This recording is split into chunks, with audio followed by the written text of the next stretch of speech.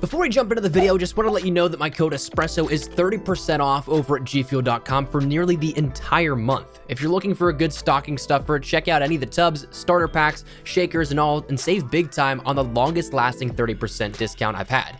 Check it out if you're interested, link in the description below. So we're already coming up close to the 2-month mark for Modern Warfare, and well, for one, that's a little crazy to me to see how fast the time has gone, but also in that time, there's still plenty of attachments and hidden gems that are, simply put, stupidly powerful that I think many players may be overlooking and should be utilizing more. So today I want to talk to you about 8 of the best attachments in-game that are honestly just absurdly good when used with the right loadouts and situationally can be some of the biggest powerhouses in-game. So that said, as we go along with this list, let me know if you'd add or subtract anything from said list. It's all subjective and I don't think there's any definitive list, just some things that I wanted to recommend for those looking to shake up their classes outside of their standard loadouts. But as well, if you are new to the channel, maybe consider hitting that subscribe button to stay up to date with all things Modern Warfare as we round into the coming weeks of content still coming up on a daily basis. That said, let's jump into it. For number 1, let's start out with one that is kind of glaringly obvious, and it's not something that you can attach via a specific weapon in your custom classes or anything like that. It's just simply something you can use, but not all the time.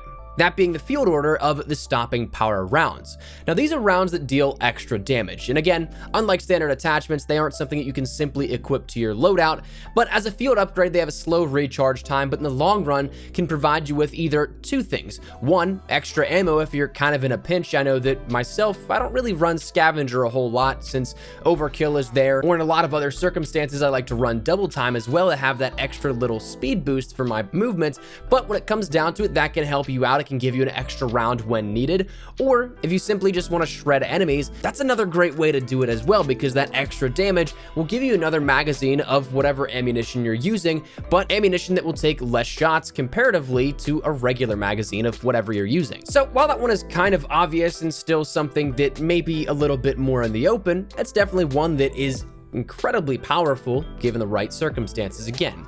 Now, as for number 2, this will start to break into the weapon-specific attachments that may actually be stuff you don't really ever use all that much, but maybe you should consider it. First up, let's start out with the M4 SOCOM rounds. Now, this, as well as a bunch of these in this list, are ammunition adjustments for the said weapon. For the M4 and the SOCOM rounds in particular, you sacrifice a little bit in the fire rate, the aiming recoil control, and the magazine ammo capacity, but it also gives you extra damage and also extra range. Now, the one thing that is quite curious about these SOCOM rounds is that it's only 10 rounds per magazine, so you gotta be accurate. This is definitely something that is an accurate player's bonus attachment here with it. It gives that extra added advantage if you can use them situationally well.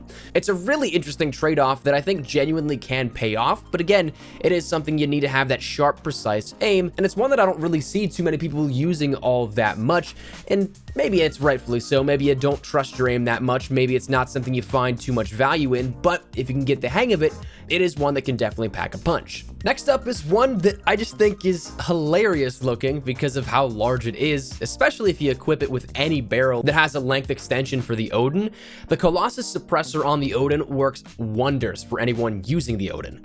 Already having a beautiful damage profile individually as a base weapon, the Oden can really thrive with this suppressor as you sacrifice only a little bit in the aim down sight speed and the aim walking stability, but as a counterbalance, you end up gaining that sound suppression, naturally as you would with the suppressor, but you also gain recoil control given the added weight of it to the barrel, and you also gain, oddly enough when we think about it, damage range with this particular attachment. So that already best in class damage per shot is something that extends out even further with this attachment given the barrel adjustment and the length that goes along with it.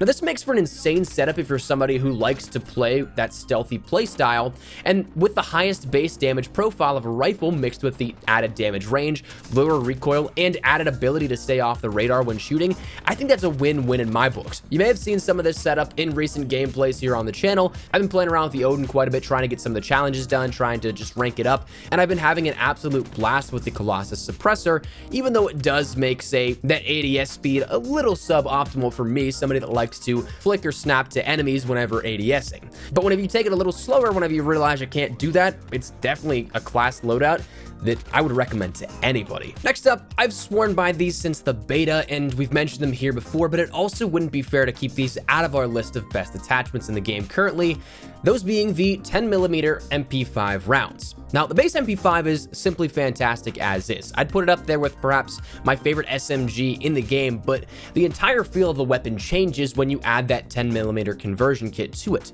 This is a slight reduction in fire rate and aiming control, which truthfully aren't noticeable at all, which I find. And when you sacrifice those, you end up adding damage and range that make this thing an absolute melt machine. We're talking you can make pastrami, turkey, bacon, Monte Cristo, anything your heart desires. It's a melt machine. It's absolutely fantastic.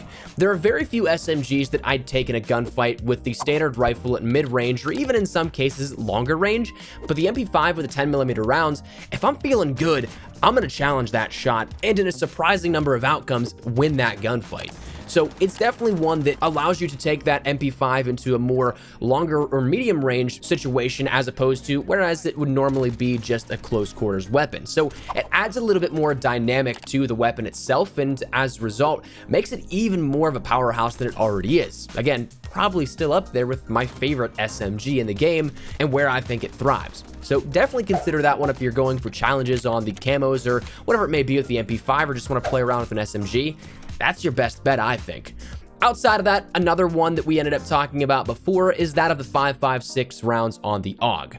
Now again, we've sworn by this one for a while, so it is kind of a rehash of some of the stuff we talked about here at this one, but again, it wouldn't feel thorough if we didn't include it in this list. So the 5.56 rounds, you can end up choosing from between either a 30-round mag or a 60-round mag for the 5.56 ammo, but for me, the 30-round mag is totally fine. It adds the damage and as well extra range for a slight sacrifice in that aiming recoil control.